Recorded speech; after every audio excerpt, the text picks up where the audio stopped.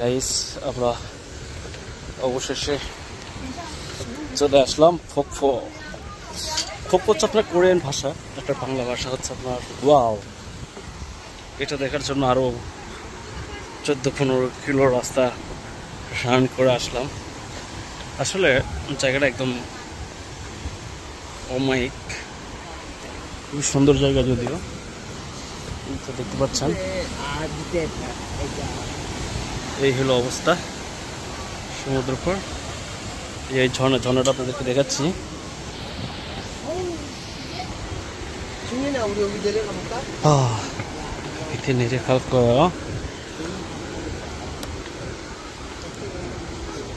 এখানে উঠতে নামতেই জীবনটা শেষ হয়ে যাবে।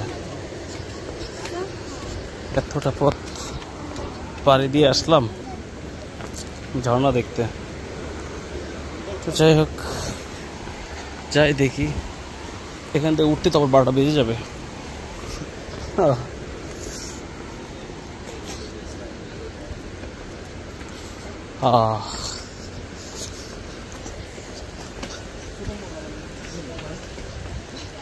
গাইস দেখতে পাচ্ছেন, আগে এই দিকটা দেখাই।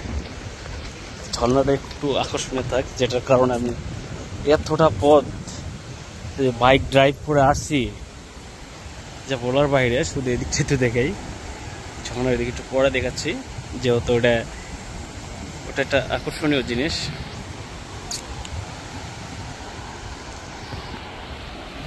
ভিডিওতে আমার একটু নাও, তোমাদের ধরে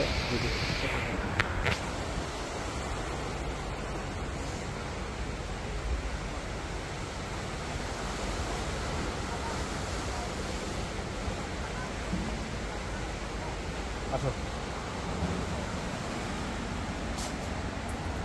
আমরা এখন যাচ্ছি ঝর্ণার কাছে, ঝর্ণাটা দেখাবো, যেটার কারণে আমি এই এতটা পথ বাইক ড্রাইভ করে এসেছি।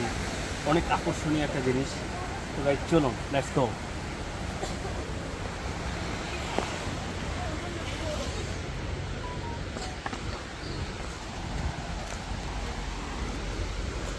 আমরা একটু সামনে দিয়ে নামবো, একদম ঝর্ণার কাছে গিয়ে নামবো।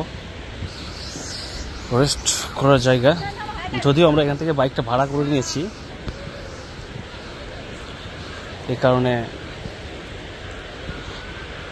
আবার 6টার আগেই ফিরতে হবে।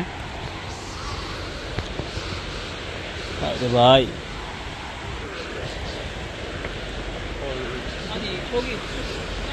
ওয়াও, এখানে অনেক টুরিস্ট আসে। ওয়াও,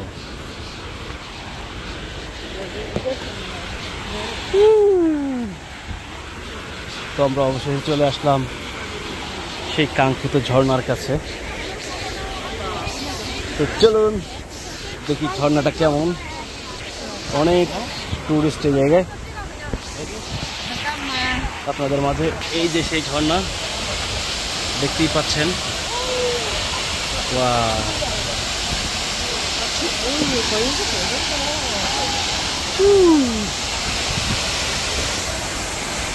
রোদ্রের কারণে এতটা ভালো দেখা যাচ্ছে না, যদিও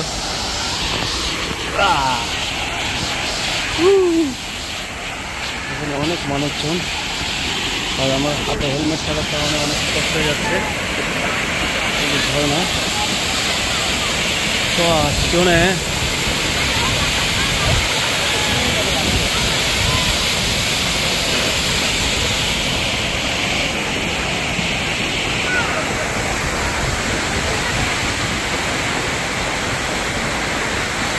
অবশেষে আপনাদের সেই কাঙ্ক্ষিত ঝর্ণা।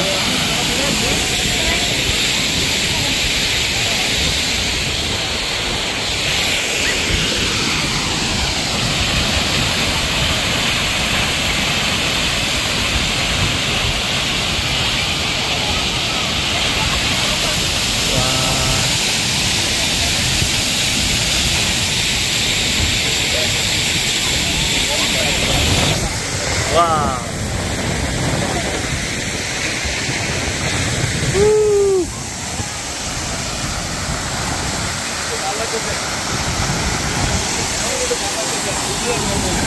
Hả?